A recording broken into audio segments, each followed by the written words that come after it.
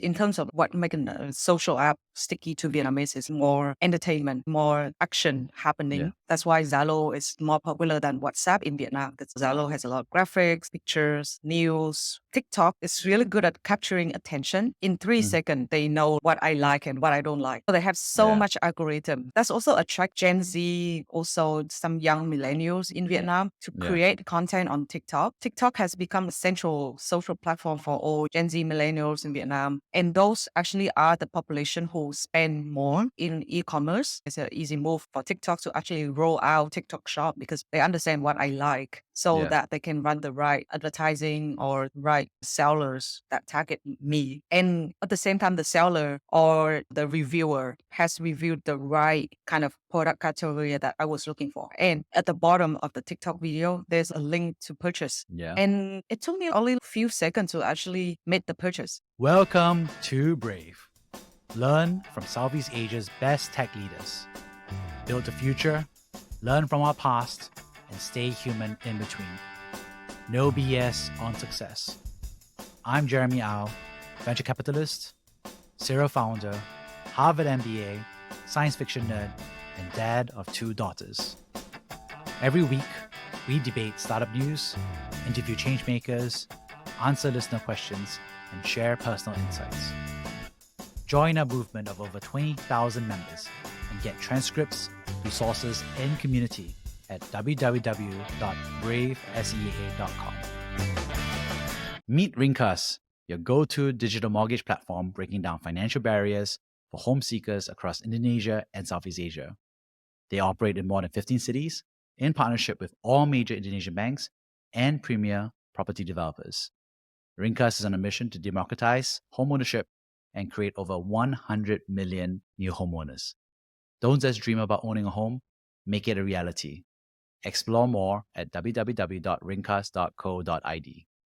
Hey, morning, Valerie. Good to see you. Hey, good to see you, Jeremy. Yeah. Well, really excited to have you now. We've obviously done 2 podcasts before. Once introducing yourself, the other time, I think we were discussing how to launch your podcast and some of the thoughts that we had. But now I'm excited that we're going to do a monthly show about Vietnam and Southeast Asia. Isn't that crazy? Once every month. No, I'm excited. Yeah.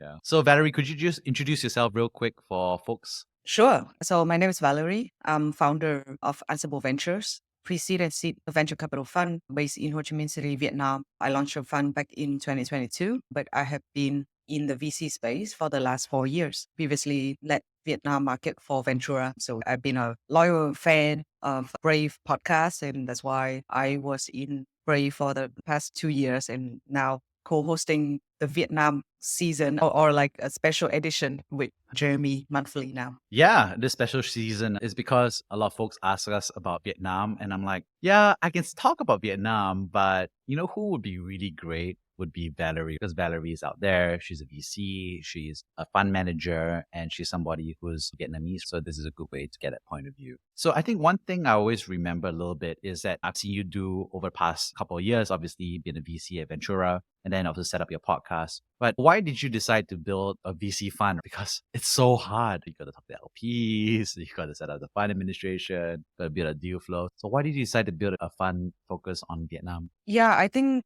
that I saw the gap in pre-seed funding, especially founders who want to start a company with just an idea, but they have the right experience, have the right networks in that particular field. But most of the VC funds in the market kind of demand or ask for some certain traction, certain numbers that these founders might not be able to show immediately. So I see that like pre-seed funding gap. So I see the opportunity for me in the second bigger reason is I just want to focus full time in Vietnam. Previously, I have to also cover other market like the Philippines, Indonesia, Singapore. But looking back, stepping back, what I want to spend the most and make the biggest impact in my life is to dedicate to Vietnam. And that's why I launched Ansible and still work with Ventura a lot. We Mm. co-invest in quite a large number of deals, even when I'm in Ansible. Mm. So we still have a really strong ties, strong relationship with Ventura. But yeah, the main reason is I just want to dedicate more time into Vietnam. Yeah.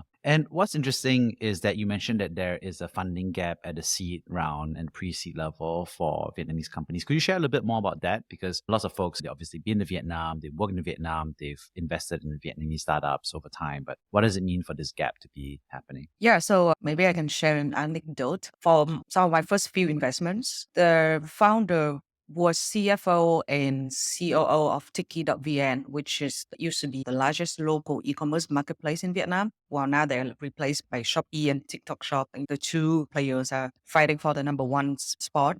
But Tiki.vn used to be number one. And if you look at locally homegrown marketplace, Tiki is still number one. So he used to work for Tiki and build Tiki from the early days Mhm. for almost 10 years.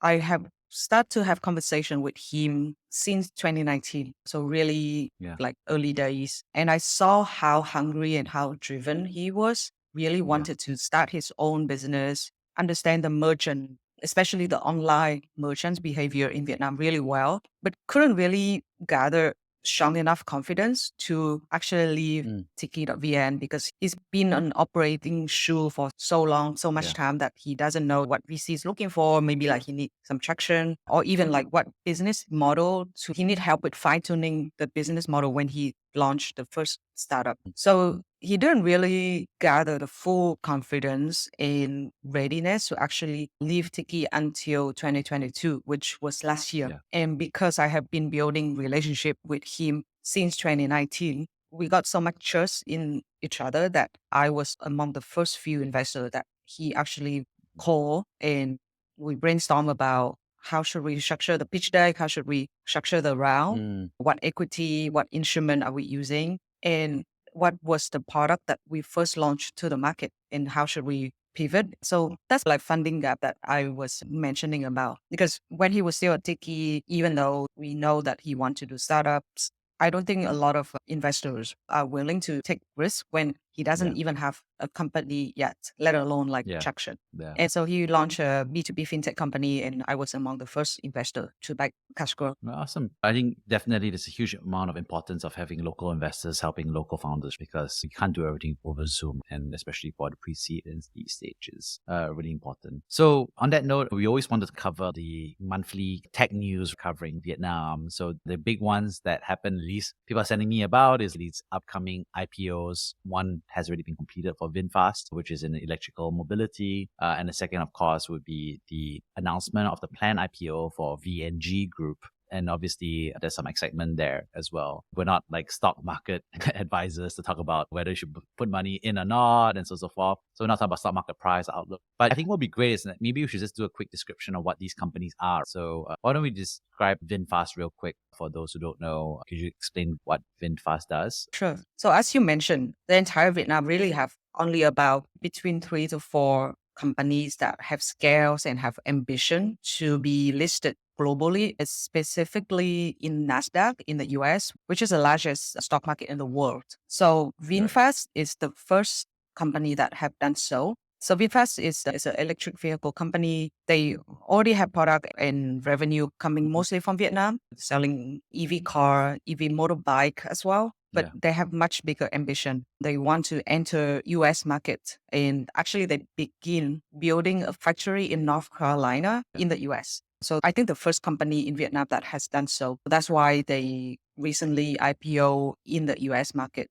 But they filed the pre-IPO filing last year. So Yeah. VinFast is a subsidiary of Vingroup, which is the largest conglomerate in Vietnam that was started 30 years ago. So most of the revenue come from real estate, but they also diversify to education, shopping mall, Mm. hospital, even digital economy as well. They used to have their own e-commerce and they also have a retail. But the CEO and the chairman really divested the retail part to just focus on VinFast right now. So the whole conglomerate is really dedicated to the next the next big thing. And for the Mm. group, it's electric vehicle. So they believe EV will be the next future. And that's why that's where they spend the most time in right now. So that's VinFast. I think for the tech community, we are more familiar with VNG. Yeah. VNG is the first tech unicorn in Vietnam. the largest portion of the business is actually from gaming. So Yeah. it's very similar story with C Group. They starting out from a gaming company, but then because gaming is so profitable, they expanded Yeah. to other digital businesses such as communication and media,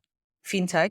So they have a payment arm, which is Zalo Pay. In terms of communication and media, they own pretty much WeChat of Vietnam. So they own Zalo. So Yeah. Zalo is the most popular app. Pretty much every Vietnamese uses Zalo and a few others. They also invest in startup as well. So VNG, they recently filed for their IPO to be next year. But you can look at some of their financial numbers from that F1 filing. Okay. Yeah, I think it's really interesting because, like you said, VNG is actually very much similar to C Group in the sense that they both started out with gaming as one of the earliest product lines, but also the most profitable. I think it's also quite similar to the Chinese companies like Tencent. So it's an interesting dynamic where it's not necessarily a VNG thing, but it's actually quite a similar emerging markets, internet conglomerate starts out with gaming. They have a good user base of the young millennials, I guess back then, of folks who are willing to enter, do mobile games or the equivalent or desktop or whatever it is. But they're also doing low bandwidth games that actually end up, like I said, making money, but also they get the user information about these people who are willing to have a digital economy in terms of later on like mobile wallets, in terms of payments, in terms of all these other communications as well. So I think it's quite interesting. It's a very different economic growth path for internet technology companies versus the US. Because the US, you don't see Blizzard or these other gaming companies have become into there. I think it's almost the other way around. Amazon started with shopping and now they're going to entertainment with these and so forth. So I think it's an interesting dynamic there. And I always wanted the experience. I think a lot of people around the world, they don't use Zalo. Can you explain what is it like to use Zalo? Does it feel exactly like WeChat or WhatsApp? How does it feel like? Obviously, you use all of them, right? Valerie, WeChat, Zalo, as well as WhatsApp. But could you share a little bit about what are the major differences from your perspective? Yeah, to be honest, I don't use WeChat, but Yeah. I saw some of the interface UI UX, and I Yeah. think Zalo has more similarities with WeChat rather than WhatsApp. So WhatsApp is Yeah. super simple. You barely see any advertising. You don't see all the Yeah. graphics or emoji on WhatsApp. It's purely just a chat Mm. app. But Zalo is like chat app and everything else. There's Mhm. more graphics. There's social feed where you can share your daily life, similar to Facebook. There's also a Yeah. portal where you can get connected to a financial advice platform called Finzi. They send daily news. It's one of the VNG acquisition as well. They bought Yeah. a news company to integrate to Zalo. So it's much more complicated and more things going on in Zalo. I think Mm. it's more similar to WeChat. And if you don't turn off the discovery part, all the stranger can also find you and make friends requests to you as well. So Yeah. I was pretty overwhelmed by that in the beginning when I first used Zalo, so I had to shut it down. But yeah, it's more similar to WeChat rather than WhatsApp. Yeah. I think what's interesting is that everybody's trying to create that super app in Southeast Asia. So there's Grab says they're trying to do a super app, GoTo is a super app. Obviously, I think VNG actually is probably the only one I can think of that really has pulled off the super app play in Southeast Asia. Maybe I'm right or wrong there. But it feels like the messaging piece is actually a big piece of that control slash super app dynamics. What do you think about that, Valerie? Think C Group is also pretty successful in terms of creating their own super app Yeah. because they have Shopee Pay. So in Vietnam, they have Yeah. Shopee Pay. They acquire Foodie and then rebranded to Shopee Eat. So you can also deliver food on Shopee Yeah. on top of shopping e-commerce and do payment. So I think Yeah. Shopee or C Group is the second closest to a super app in Vietnam, Yeah. but Yeah. it's not a local company. I think it's super true. And I think it's interesting because super app means that you have some sort of user and you're using them across, monetizing them across multiple different product categories. I think you're right. You know, it's interesting because C Group is a lot, most people in Singapore, for example, or the region, they look at it primarily as a e-commerce site, which is Shopee. And not every market, for example, has Shopee Pay or Shopee in terms of food as well. But that's not common in many markets, actually. But what you mentioned earlier as well is that you see that there's a lot of competitors entering and competing with the local Vietnamese companies. So you talk about ByteDance with their TikTok shop, and you also mentioned about C Group as well. Can you share a little bit more about those dynamics? Yeah.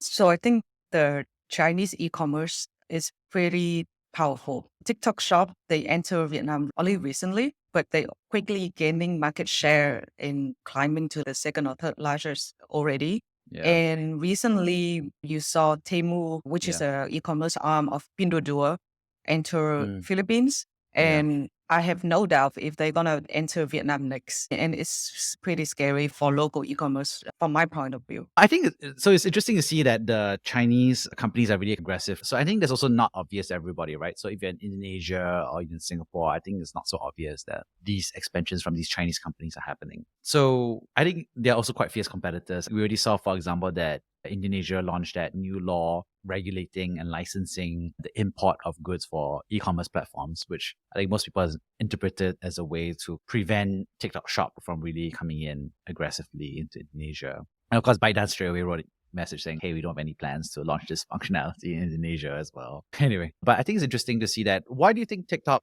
Shop is so popular in Vietnam? What makes it more appealing to a Vietnamese person? So I think in terms of what makes a social app sticky to Vietnamese is more entertainment, more action happening. Yeah. That's why Zalo is more popular than WhatsApp in Vietnam, because Zalo has a lot of graphics, pictures, news, etc. TikTok is really good at capturing attention. So in 3 seconds, they know what I like and what I don't like because I swipe to the next video in 3 seconds. So they have so Yeah. much algorithms. And that's also attract the Gen Z, also some young millennials in Vietnam to Yeah. create content on TikTok. And Yeah. because TikTok has become a central social platform for all Gen Z millennials in Vietnam, and those actually are the population who spend more in e-commerce. That's why it's easy. It's an easy move for TikTok to actually roll out TikTok Shop because they understand what I like, so Yeah. that they can run the right advertising or right sellers that target me, I gotta ask, have you bought anything on TikTok Shop? of course. Oh, I want to know because I have never bought anything on TikTok Shop. What did you buy? Clothes or what do they sell from Um, your perspective? Yeah. Health supplements. They sell health Health supplements. supplements? Yeah, like Ooh, interesting. vitamins is insane. It's Yeah. like it's target exactly what I'm looking for. And at the same time, the seller or the reviewer has reviewed the right kind of product category that I was looking for. And at the bottom of the TikTok video, there's a link to purchase. Yeah. And it took me only a few seconds to actually make the purchase. It's even easier than shop. Yeah. Yeah, because Shopee, you got to go and, oh, I want to buy a health supplement. I type it in and you see 20 or 30 different SKUs. Then you go select the one that's a good reviews. And then you go and blah, blah, versus you get a review up front first. And the guy saying, this is amazing. So, Yeah. yeah. I haven't bought anything on TikTok Shop yet. I've bought some stuff on Instagram, I had to admit. I think I bought one of those little gadgets that look nice for your desk. It's like those ornaments for your desk. And you're like, oh, it's so cute. And I just bought one of those. So But yeah, I think that kind of, discovery the based shopping. The transaction that you made on Instagram, was it directly with Instagram or you have to chat with the seller? That's 100%. I think you have to click out and go to their website. So it's not embedded within the app. So Okay. for Instagram, I think the big issue of the shopping is that in order for you to succeed, you kind of exit the Instagram app, which I think is a big difference from a lot of the social Okay. commerce apps, is That's that all. you discover and you buy within the app. So you never leave the ecosystem. Yeah, I did not leave TikTok when I had to, make the purchase. TikTok shop is right within TikTok. Yeah, Yeah, it's yeah, amazing. exactly. I think it's an important innovation. So I gotta ask, did you buy something else after that? Because I mean, like, you scroll, then you buy vitamins, then you scroll. I don't think you remember what the next video you saw was, right? It's just like some random stuff. Do you and I trust each other enough to tell each other what is on our TikTok feeds? What does the algorithm think we do? I'll tell you what mine is on my TikTok feed. Every time I go on, it's all about dads and daughters because they figured out that there's all this wholesome stuff about dads dancing with their daughters when they're young, or the daughter is now very old and the dad is dying kind of videos. And then there's a lot of like marriage and divorce What? stuff as well. So it's like marriage advice, gives you advice, and then advice from a divorce lawyer in marriage. So there's a lot of that. I have a lot of jokes about Chinese jokes. So it's like, the example would be like people making puns in Chinese, between Chinese and English. So you would be like an American woman who's Caucasian, who's very good at Chinese, or like this Chinese person who's very bad at Chinese. Those are the two types of the same thing. I think some tech stuff. I subscribe explicitly to the All In podcast. And so there's a few clips about VCs talking to folks. And there's some VC memes and startup memes, jokes that happen on TikTok as well. Oh, I guess the Brave Southeast Asia Tech podcast also has a TikTok. So feel free to check it out. We have about over 25,000 followers on TikTok. So we're also on TikTok as well. Oh yeah. How about you, Yeah. Valerie? What's on your TikTok feed?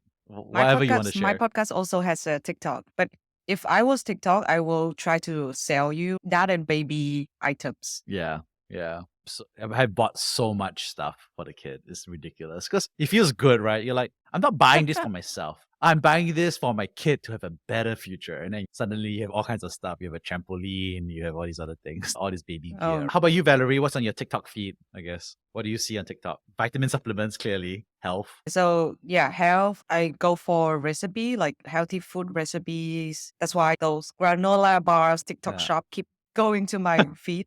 A lot of things like astrology, fashion, beauty, some of the VC as well, but less so VC because for me, TikTok is entertainment. And my podcast also has a TikTok. Yeah, that's important. I think it's interesting because I think TikTok is one of those really interesting companies, but also products that I think the review and the discovery is upfront and then you can monetize off it. And I think we see that a little bit now, the recent Amazon, right? So Amazon, what they're trying to do now is they're trying to create these Amazon Prime Video. And so they have all these TV series where you can watch, a spy show and so forth. And they've recently been very inspired by TikTok. So now if you pause on some of the TV shows, you actually will see all the products that they have. So the heroine is wearing this very nice dress that's for sale. The jewelry is for sale. The watch is for sale. So you can actually pause and you can buy what you're watching on the TV screen. And I was like, I don't know how it works for long form, but I think it's a great way to hook it up into the rest of the Amazon ecosystem. So I can't wait for Disney to do that as well. They'll be like, oh, here's your Stormtrooper stuff. You can buy a Stormtrooper armor for $1,000 or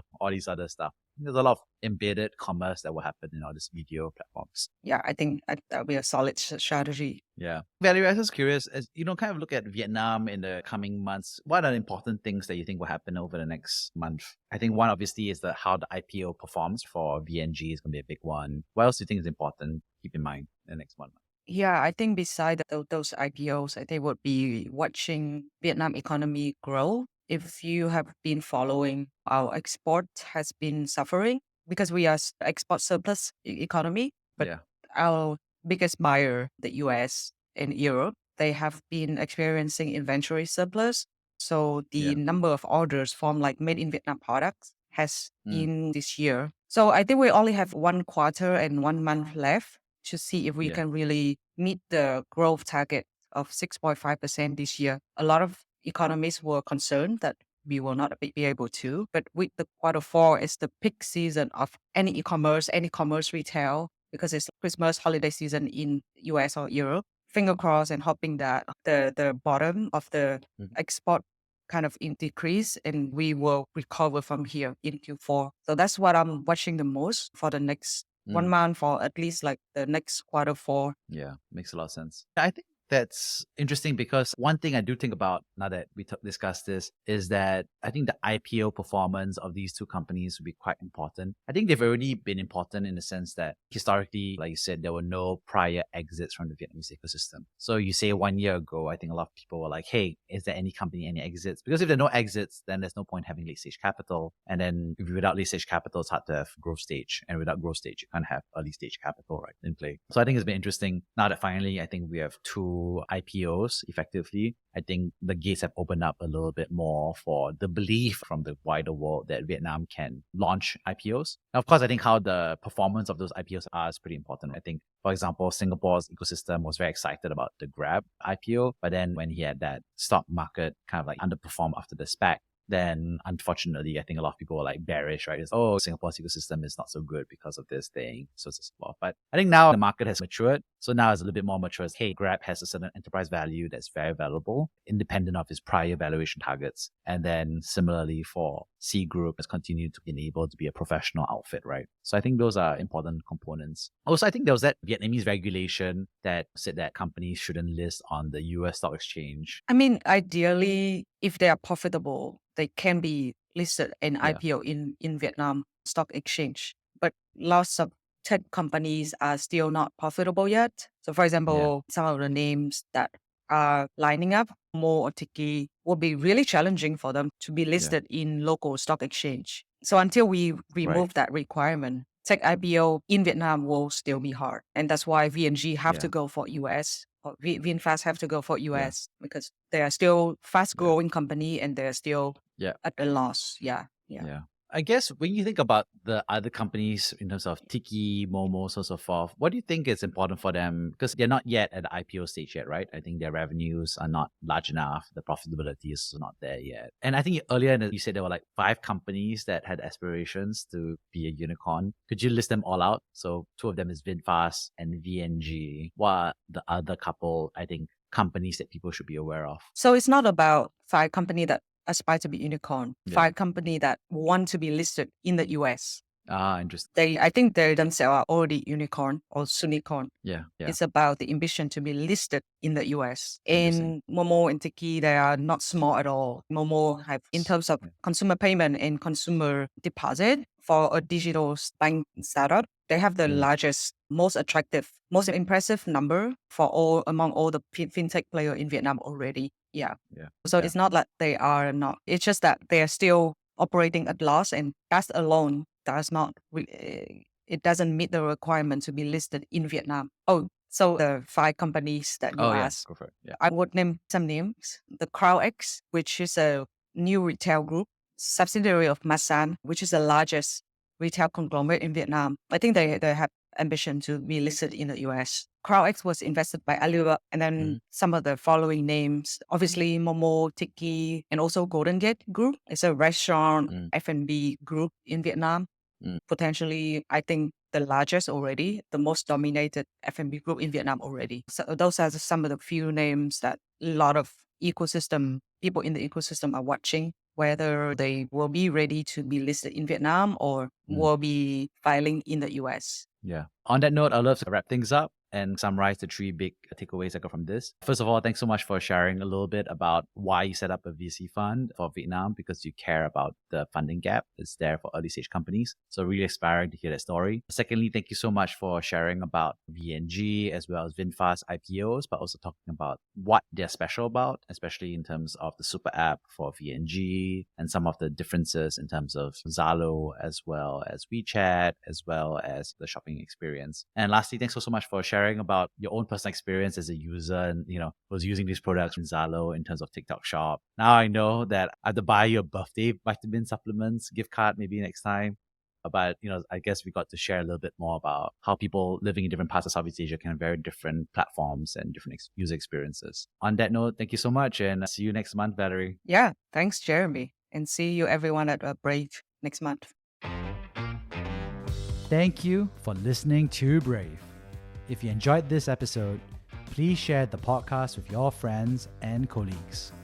We would also appreciate you leaving a rating or review. Head over to www.bravesea.com for member content, resources, and community. Stay well and stay brave.